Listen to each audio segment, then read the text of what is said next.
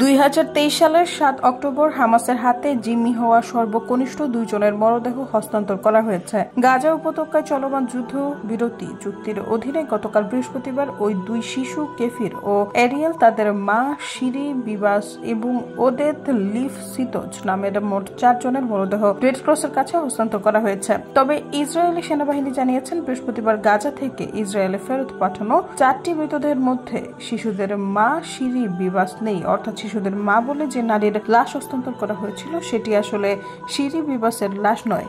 33 বছর বয়সী শিরি বিবাস এবং তার দুই ছেলে আরিয়েল এবং কেফির মারা গেছেন। এই খবর ইসরায়েলের শোকের ছায়া নেমে আসে।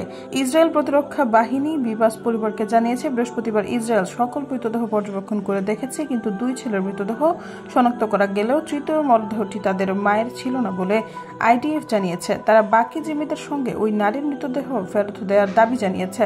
তবে হামাস এখনো ইসরায়েলের দাবির বিষয়ে কোনো মন্তব্য করেনি। আইডিএফ এক্স এ পোস্ট করে জানিয়েছে, শনাক্তকরণ প্রক্রিয়া চলাকালীন জানা যায় মৃতদেহটি শিরি বিবাসের নয় এবং অন্য কোনো জিম্মির সঙ্গেও কোনো মিল খুঁজে পাওয়া যায়নি। এটি অজ্ঞাত একটি মৃতদেহ। তাতে আরও বলা হয়, হামাস সন্ত্রাসী সংগঠনের দ্বারা চুক্তির নিয়ম লঙ্ঘন এটি। তারা 4 মৃত জিম্মিকে ফিরিয়ে দেওয়ার জন্য চুক্তির অধীনে বাধ্য। আমরা হামাসকে আমাদের সকল জিম্মিদের সঙ্গে শিরিকে বাড়িতে ফিরিয়ে দেওয়ার দাবি করেছি। আইডিএফ জানিয়েছে, গোয়েন্দা তথ্য এবং ফরেনসিক অনুসন্ধান অনুসারে 2023 সালের নভেম্বরে বন্দী অবস্থায় সন্ত্রাসীরা 2 শিশুকে নির্মমভাবে হত্যা করেছিল।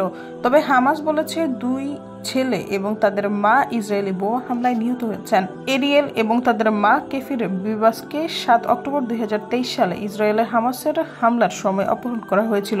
শিশুদের বাবা ইয়ার্ডের বিবাসকে গত 1 ফেব্রুয়ারি হামাস মুক্তি দেয়। ইসরায়েল নিশ্চিত করেছে গতকাল বৃহস্পতিবার ফেরত পাঠানো 4র্থ মরদেহটি ছিল প্রবীণ শান্তিকর্মী ওদেত লিফ সিতজের।